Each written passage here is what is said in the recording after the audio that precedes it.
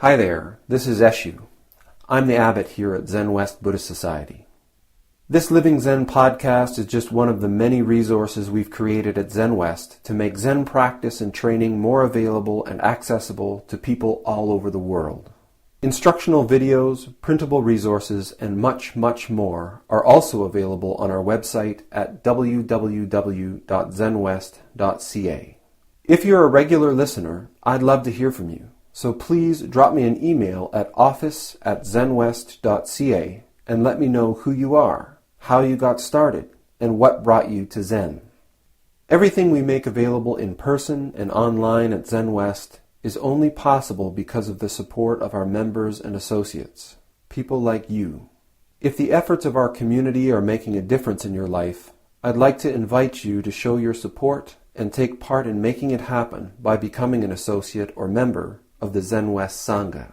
You can do this by clicking the Join Us tab on our website at www.zenwest.ca. Thank you for your support, and thanks for listening. Continuing our exploration of the Wumenguan, the gateless barrier, case 13, Deshan carrying his bowls. Deshan one day descended into the dining hall, bowls in hand. Shui Feng asked him, "Where are you going with your bowls in hand, old teacher? The bell has not rung, and the drum has not sounded." Deshan turned and went back to his room. Shui Feng brought up this matter with Yan To. Yan To said, "Deshan, great as he is, does not yet know the last word." Hearing about this, Deshan sent for Yan To and asked, "Don't you approve of this old monk?" Yan To whispered his meaning.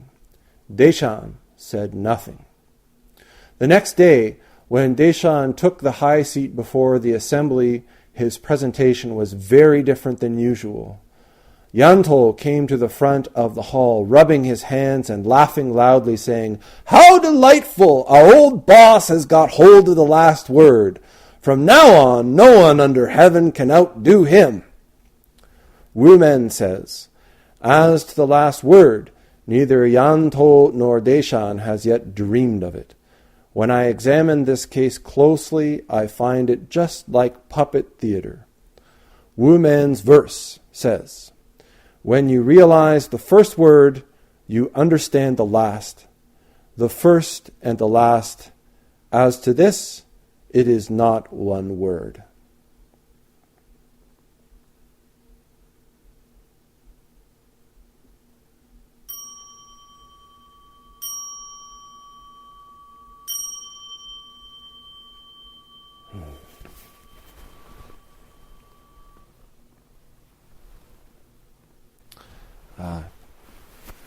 Good morning, everybody.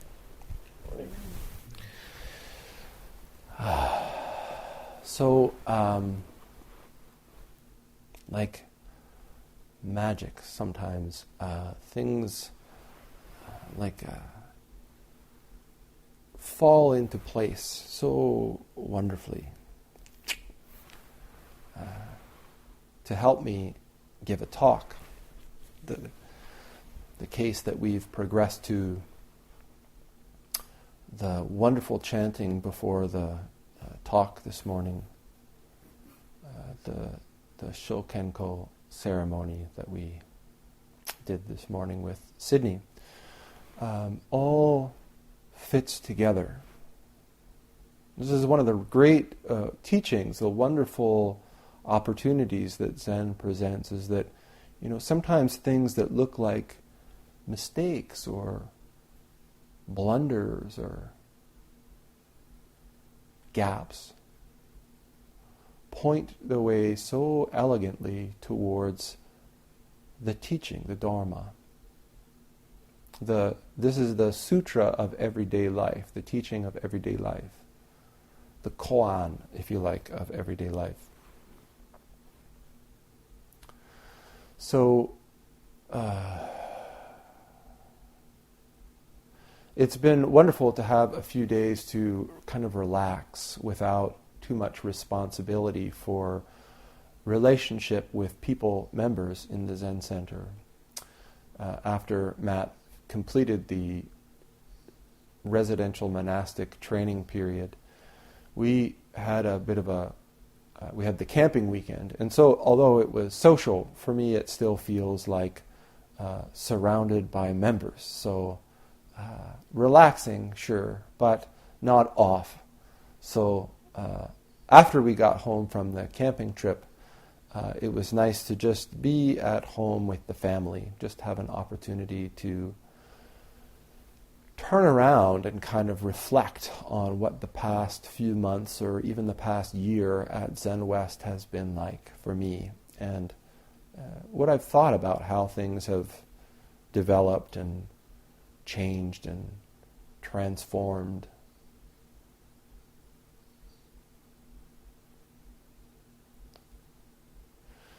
One of the things that really strikes me is the power, the significance, and really the importance of boundaries, structure.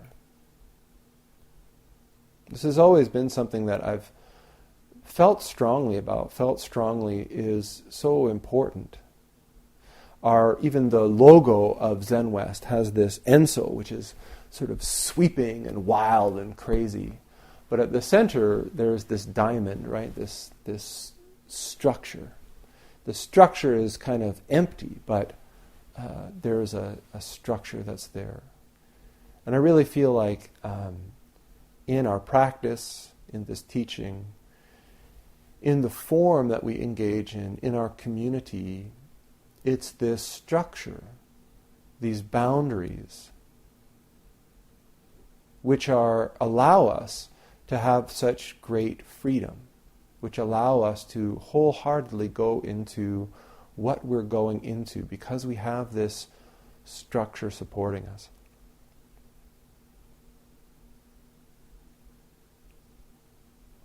These days it seems to me that a lot of people really don't like structure. They don't like boundaries. They don't like being told no. They don't like being told you can't do that yet. They don't like being told not yet, not yet. You've got to cross this and then that. No, you can't do that as a person of your level of training in Zen. If you are not a member, you can't come. This makes us all feel so odd. We don't like being told no.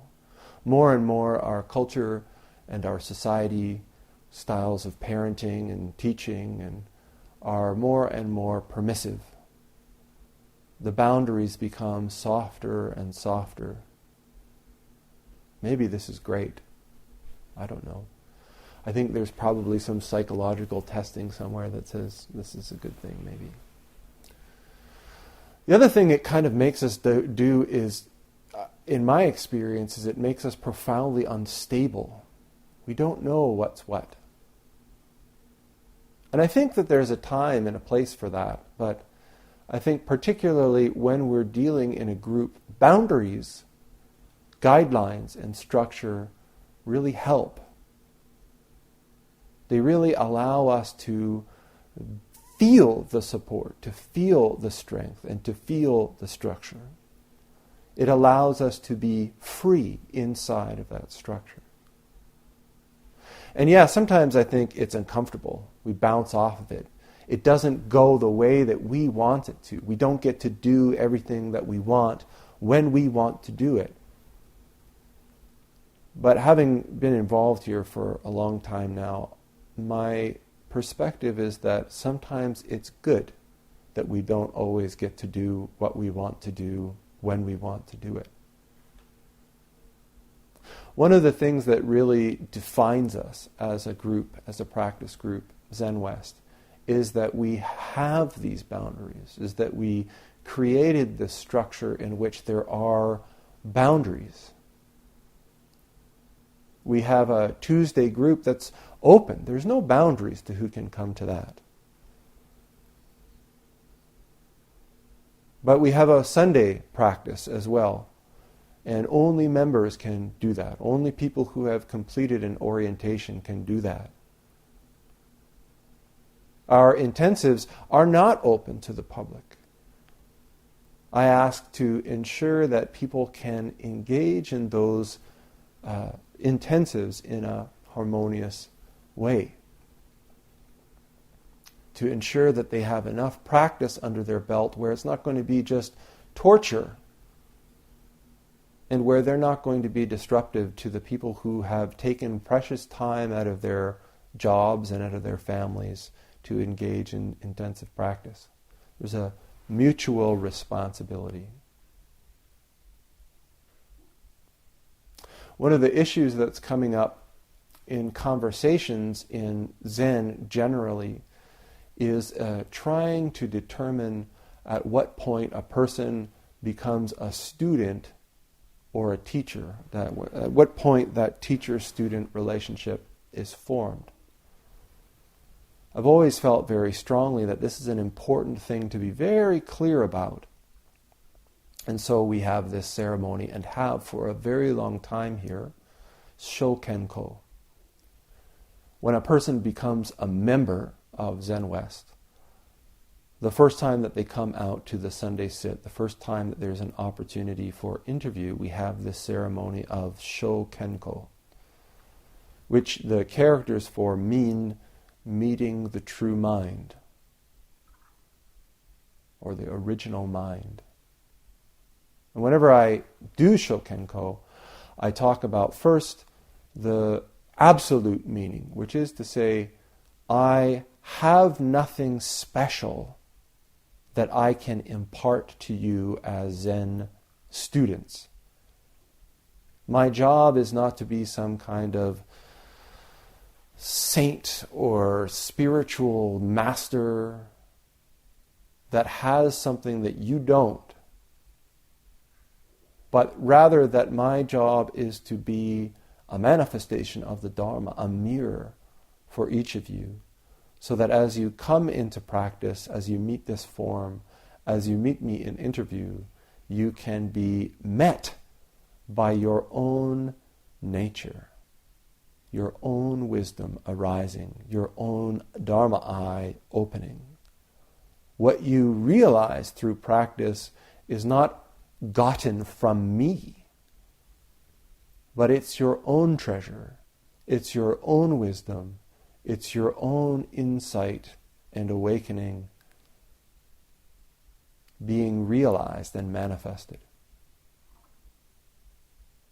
The other aspect, or the other sort of the phonetic translation of Shokenko is simple. Money for incense.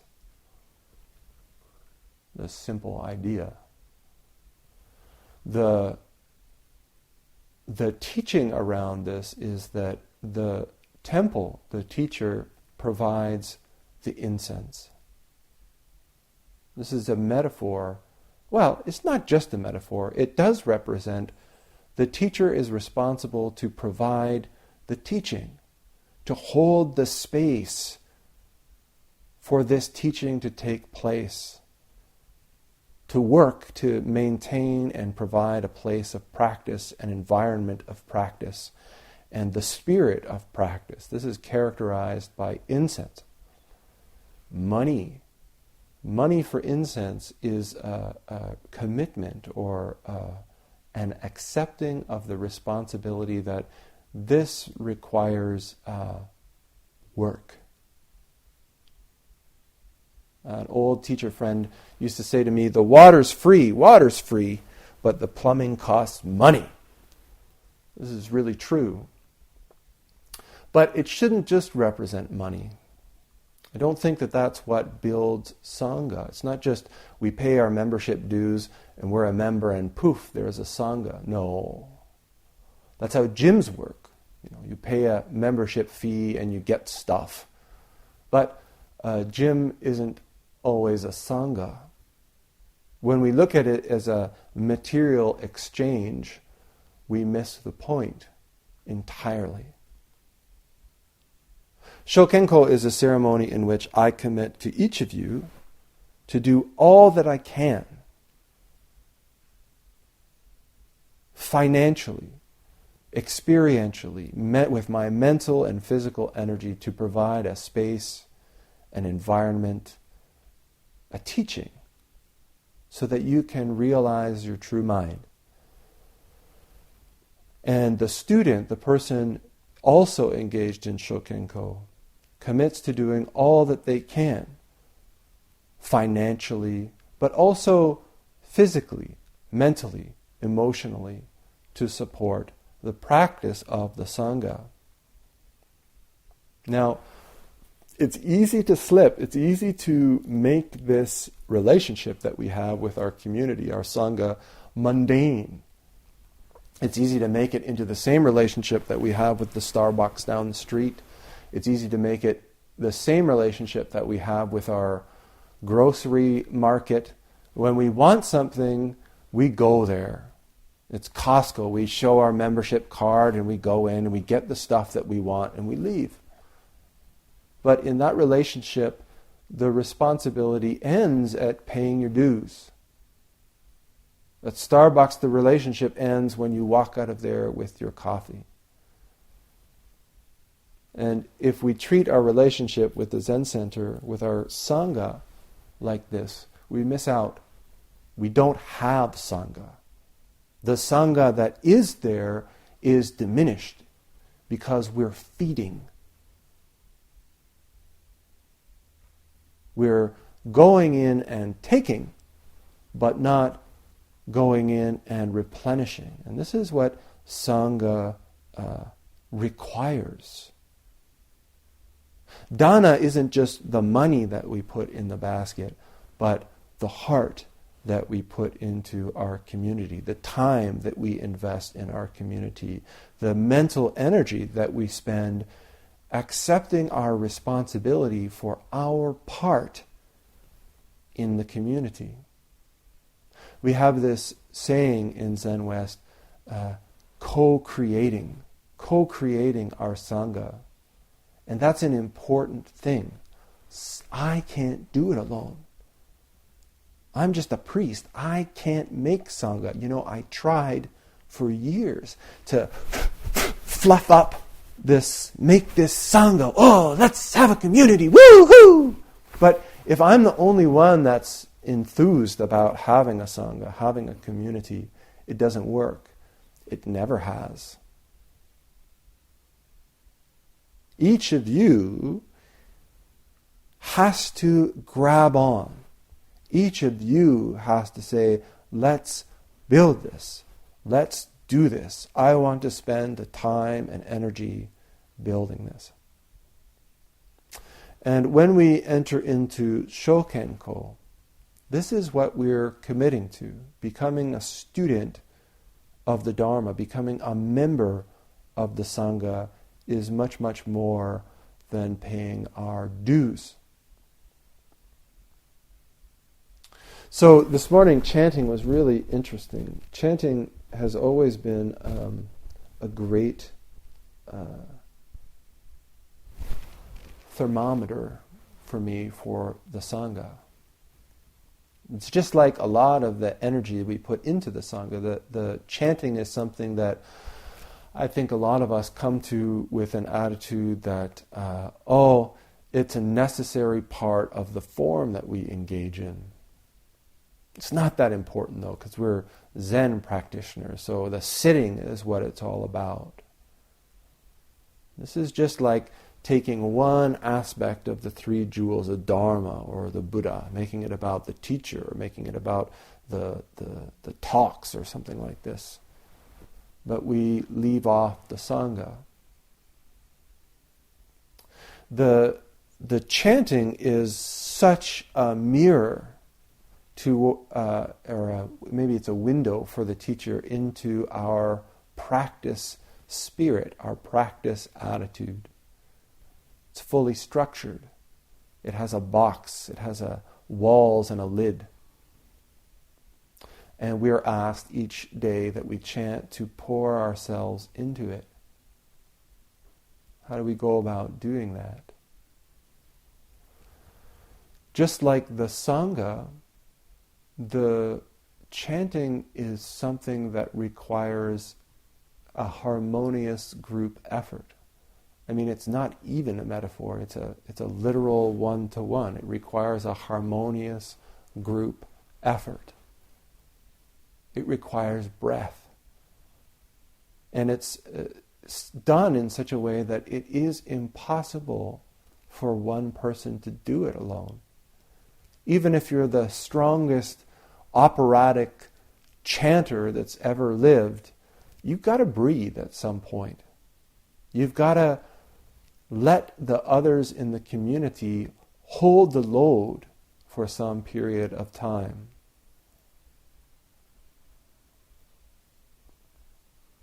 Each of us, when we come into chanting, if we come into chanting with the expectation that someone else knows the chants and someone else will carry the chant and nobody really cares or needs me to participate in the chanting, well, this is just how it sounds. And we find that when we don't accept responsibility for our part, when we get complacent or cocky about our position in the chanting or in the community, we can see the results. It's one-to-one in our chanting. When we think we know it all, but we slip up, when we totally rely on someone else and they get tired, or they stumble, or they have to breathe, each of us has to enthusiastically, energetically accept our responsibility. We're all in this Sangha together.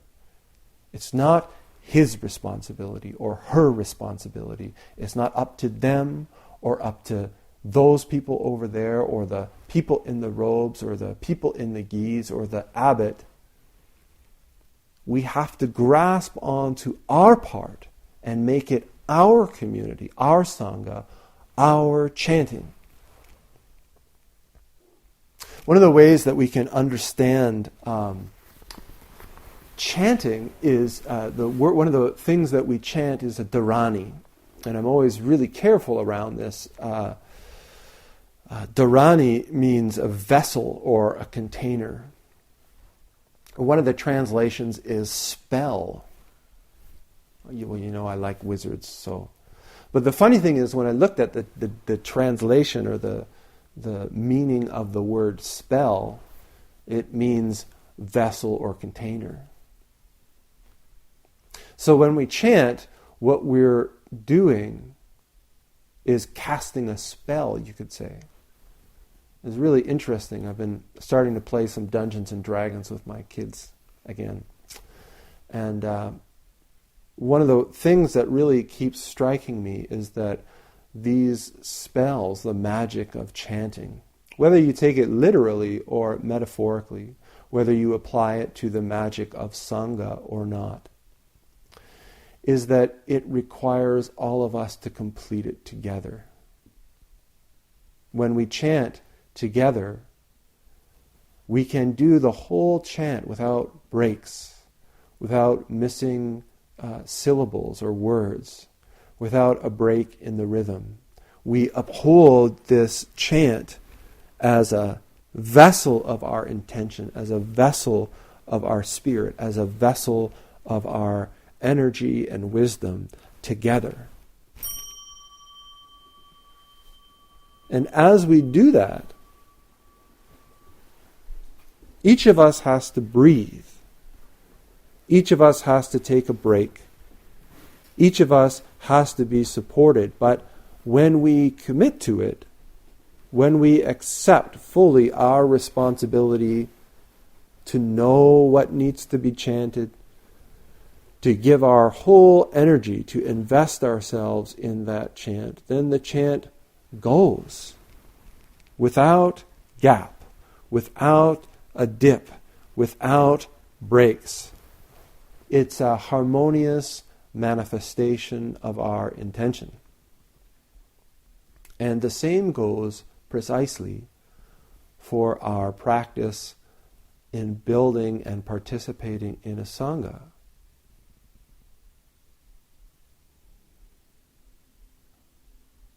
If we all accept that this is something that doesn't ride on one or two or those, but rides with me. That I have a responsibility to know how I can participate, what I can do, how I can offer my energy and spirit to building this harmonious endeavor together. Then it rides without breaks, without gaps, without dips. A harmonious manifestation of our spirit, of our energy, and in fact, it's magic. That's where the magic lives. So, bringing us to today's koan. Already the bell's rung, so I might not get through it, but we'll try to approach. Deshan one day descended into the dining hall, bowls in hand. Shuifeng asked him, "Where are you going with your bowls in hand, old teacher? The bell has not rung, and the drum has not sounded." Deshan turned and went back to his room. Shuifeng brought up this matter with Yantou. Yantou said, "Oh, Deshan, great as he is, does not yet know the last word." Hearing about this, Deshan sent for Yantou and asked, "Don't you approve of this old monk?" Yantou whispered his meaning. Deshan said nothing further. The next day, when Deshan took the high seat before the assembly, his presentation was very different than usual. Yantou came to the front of the hall, rubbing his hands and laughing loudly, saying, "How delightful! Our old boss has got hold of the last word. From now on, no one under heaven can outdo him." So, to start into this case, we have to understand who the players are, what their roles are. Deshan is the old teacher. In Japanese, his name is Tokusan. And he was famous. He's in another case, which is, I think, 28? Yeah. And his story is that when he was a young monk, he's about 80 years old in this particular case, but when he was a young monk, he was famous for being a lecturer on the Diamond Sutra. And he was traveling around the country lecturing on the Diamond Sutra, carrying this like cart of his own commentaries and other people's commentaries on this text. And he was known as being a real talker, lecturer. And in case 28, he has an interaction with Lungtan late into the night, where he's asking question after question after question after question after question to Lungtan, and Lungtan entertains him, really allows him to stretch it out and stretch it out and stretch it out and stretch it out. And then as it gets late into the night, he says, "Okay, well, it's probably time for me to go." So he stands up to go outside, and he opens the door and says, "Oh, it's dark outside." And he turns around and says, "Oh, it's dark outside." And Lungtan takes out a candle and holds it out to him. And then just as Deshan reaches it, Lungtan blows it out. And pow! Deshan has this great realization. And the next day he wheels his wagon full of his commentaries on the Diamond Sutra out in front of the zendo, and lights them on fire and burns them, and says, "Even all the greatest words that there are nothing like a hair cast into space." And so the rest of his career, he becomes famous as being a Zen teacher who often says nothing. Interactions with him are often dynamic and have no talking in them. He doesn't talk. So here we have him as a ripened and mature Zen master. We have Deshan, who is one of his disciples. And we have Yanto, whose name literally means man of talent. And so some Zen teachers refer, in this case, to Deshan as the man of effort. These two poles are contrasted not to make one higher or lower, but to really point out that there are some things that we naturally, each of us, naturally grasp or have insight into in practice. And there are other things that we really need to strive with and chew on and process before we break through. And even in this case, we can see that Yanto seems to have insight into the circumstances immediately, and Deshan is opaque throughout. But it's not to assume that one is better than the other. The story is that Yanto died when he was about 60 and had no successors and no temple. Deshan, after struggling for many years under the guidance of Xuefeng is the man of effort. After struggling for years under the guidance of Deshan, had many great awakening experiences and became a great teacher, better for the struggles that he had.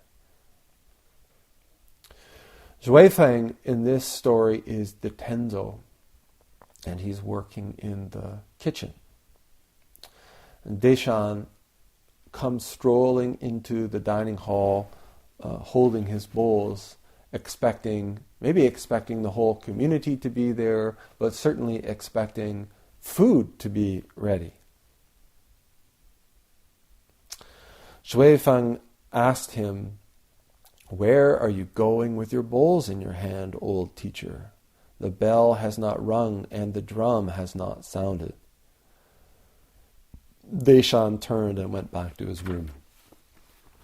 This one part is a koan all on its own.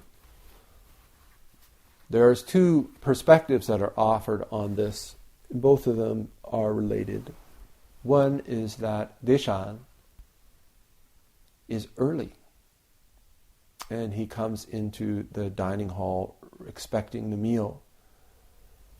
And Xuefeng just points out to him, "The bell we haven't rung the lunch bell yet. What are you doing?" And in response, Deshan simply turns around and returns to his room. And this is a koan of its own, because when we look at how we practice life, how we practice in our Zen life, in our form, how do we respond when we are corrected? When we're corrected by our teacher, by our senior officer? Not yet with the tea. Not yet with that bell. No, it's not the clappers, it's the bell. Are we able to acknowledge the mistake and simply go about our business? Make the correction, drop it, and continue. Drop back into our practice, drop back into the activity that's unfolding before us? Or is there some kind of response? Oh, jerk. Oh, I'm so stupid. Oh, I'm sorry about that. With many of you, often I'll bark back at you. I'll say, "Hey, don't do that." You'll say, "Oh, I'm sorry." I say, "Don't apologize." We have this cycle that we get into, one thing after the other, and before very long at all, in just a few nanoseconds, we're so far away from what we're doing. And Deshan in this moment demonstrates this capacity that he has to just recognize the mistake and move on. And it's compiled, in this case, by the simple fact that he is the respected, venerable abbot and teacher of this monastery. And he's being corrected by probably a 40-year-old smart-ass Tenzo. But he doesn't get caught up in it. He doesn't get twisted around by it. He simply turns and goes out. I think there's two ways that we can look at this, and I think it's really important that I talk about the two ways that this response can come about, because I've seen it in both ways. And the first is the way that I think Deshan manifests it, which is with utmost care. Mistake. Oops. There is an upholding, a desire to uphold the form, a desire to manifest harmoniously, and the mistake is acknowledged and responded to compassionately, wisely. He simply turns and goes back to his room to await the bell, wanting, even as an 80-year-old Zen teacher, to demonstrate this harmonious functioning. Another way to respond to correction that looks the same. It's not a big sort of like, oh, I'm so stupid, or oh, he's such a jerk, is disassociation. You just don't give a shit. And a lot of the time in Zen centers, I've seen this. People aping the insight that's manifested by Deshan.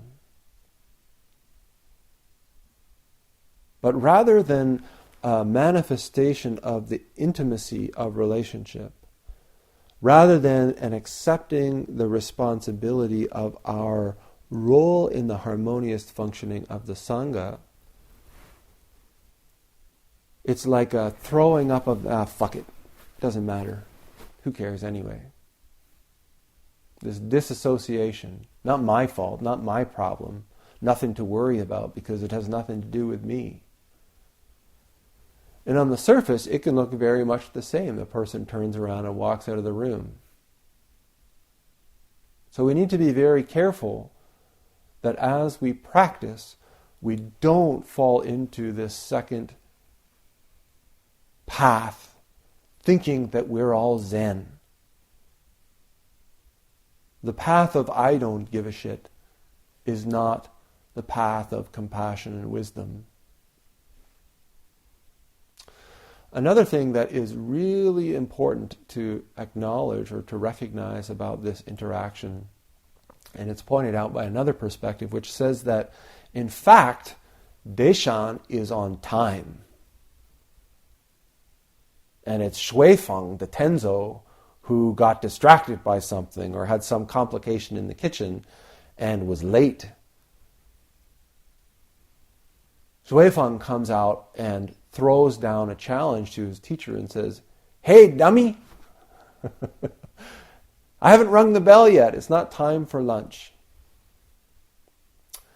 And Deshan, who has the complete authority as the teacher to tear a strip off of him or to impress the importance of maintaining the schedule, because to have a late meal means to have a short rest period. To have a short rest period impacts everything about the functioning of the monastery. And why are you talking to me in such a brusque way? All of these things. Maybe Deshan at 40 as the Sutra Master, lecturer on the Diamond Sutra, would have done that. But as is consistent with his teaching, he just bows and takes his bowls and goes back to his room. And I can tell you as a teacher that going back to your room is never a bad thing. It's a lovely place, my room. It's the Japanese for it is hojo, which means 10 feet square. And whenever you're out walking before the talk, I'm in the interview room downstairs in my room. And it's a den, it's a cave. It's like the dragon's cave. And I feel very comfortable and at home there. And I think going back there to wait is not such a difficult or bad thing.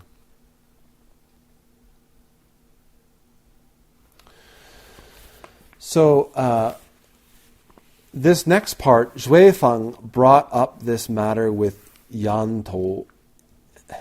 So this is a really nice way of saying. So we have to, as always with koans, we have to sort of wrap our head around the circumstances and situations. We have to understand the characters, the dramatis personae in the koan and their relationship to one another. Yantou and Zhuifeng are co-students of Deshan. Yantou is actually younger than Zhuifeng, but as even his name indicates, Yantou is the man of talent. And it's very common to see this kind of relationship in siblings, older and younger. It's like the old one has to work really hard, building relationships with the parents and struggling to figure things out, and the young one seems to just grasp things. I see this in my own kids with Keegan and Maggie. Keegan is always, bashing heads with us, always pushing the limits and testing the boundaries and struggling and struggling and struggling. And Maggie watches. One of the things I said to Maggie is that one of your greatest skills, it seems to me, is that you're able to learn from other people's mistakes. And that's a rare gift, I think. And so it seems unfair to Keegan oftentimes because Maggie seems to avoid these pitfalls as she goes through life. But the truth is, she's able to avoid the pitfalls because Keegan's hit every one of them along the way. Anyways, this is the relationship between these two. So it says, Zhuifeng brought up this matter with Yantou. So brought up this matter. We have two brothers talking about a story. So the way that I look at this is that Zhuifeng is saying to Yantou, I got him! Ha! Today, old Deshan came stumbling into the dining hall before I'd even rung the bell. And then I pointed it out to him and he had nothing to say. He just turned around and walked away. Yantou, hearing this story, actually sees what went on. Also sees that Zhuifeng didn't see what was going on. Zhuifeng thinks that he came out on top. But Yantou also accepts his responsibility to his teacher and to his community. Yantou sees the teaching that's going on and sees how it hasn't quite bitten. He sees that he could just point it out or suggest something. But then he also sees that he can participate. So he stretches Zhuifeng out even further. And he says, oh yeah, well, Deshan, great as he is, does not yet know the last word.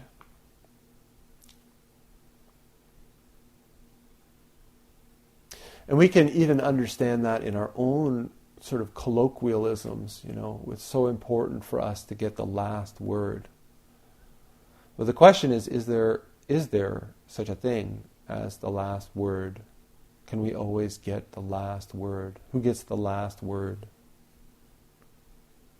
So Yanto, maybe aware that people are overhearing this conversation or aware that other people are aware of this going on, stretches him out even further. And it gets back to Deshan. Deshan, hearing about this, sends for Yanto, this man of talent, and says, "Oh, do you think I made a mistake? Don't you approve of how I responded?" And Yanto whispered his meaning. Kind of a, I'm in this with you. Play with me. Play with me. We are in this together. This is not an opportunity to embarrass Shui Feng. This is not an opportunity to make it into a game of who's cooler or who's better. Always the practice of the Sangha is awakening. Yantu is engaging in this drama for the benefit of his brother, using all of the resources at his disposal to create this environment for awakening, this opportunity for awakening. And so he explains his position or his perspective to Deshan.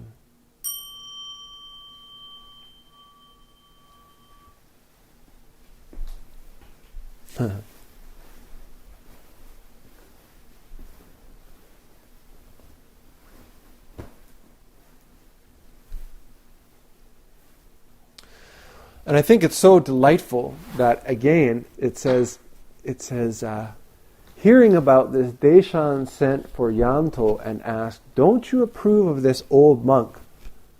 Yanto whispered his meaning. Deshan said nothing further. "This is what I want to do." Deshan gives him the stone face, doesn't respond. His first response to Shui Feng, sort of pointing out his mistake, is to say nothing, to just turn around and respond. And when Yanto explains himself, Deshan says nothing. Again, this is our, in a previous life, the man who never shut up. The next day, when Deshan took the high seat before the assembly, his presentation was very different than usual. I wonder, the imagination gets going when we think of this. Maybe he wore a big fancy robe, or maybe he did some strange circumambulation, or, did some crazy shout or something like this. And Yanto, seizing this presentation as an external manifestation, jumps up, rubbing his hands and laughing, and says, "Oh, how delightful! Our old boss has finally got hold of the last word. No one under heaven can outdo him now." What a comical, profound, spherical, fun, playful teaching. And it's not just for Shui Feng, who is having this physical, superficial interaction being pointed out to him, the futility of it, the subtlety of Deshan's teaching being pointed out to him. But it's the whole community. Because certainly if we know that Shui Feng was talking with Yanto and it got back to Deshan, well, we all know how Sanghas work. Everybody knows about it. Everybody in the community knows about this interaction. And I'm sure that everyone saw Yanto being called to Deshan's chamber, and I'm sure that everyone in the community was just waiting for something to happen.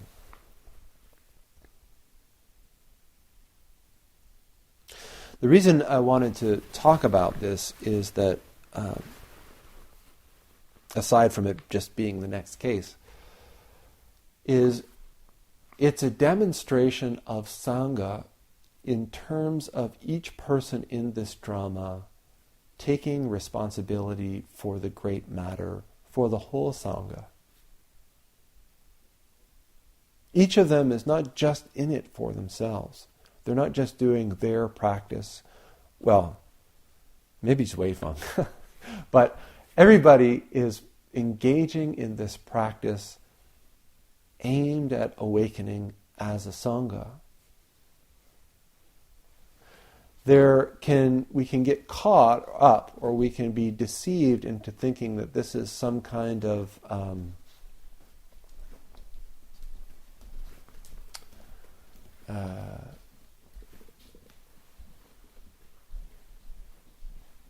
I'm better than you. I'm the teacher, you're the student. Oh, I got you, old man. And I think that when we practice, sometimes we do practice in this way, where we're just concerned about ourselves and our own practice and how we're experiencing things.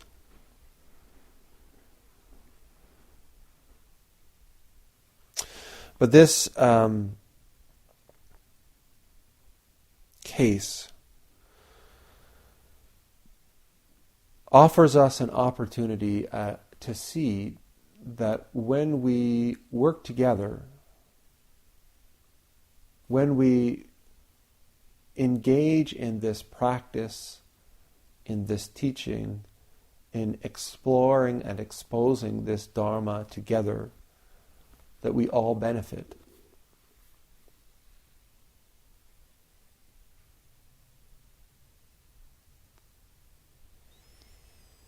As to the last word, neither Yanto nor Deshan has yet dreamed of it.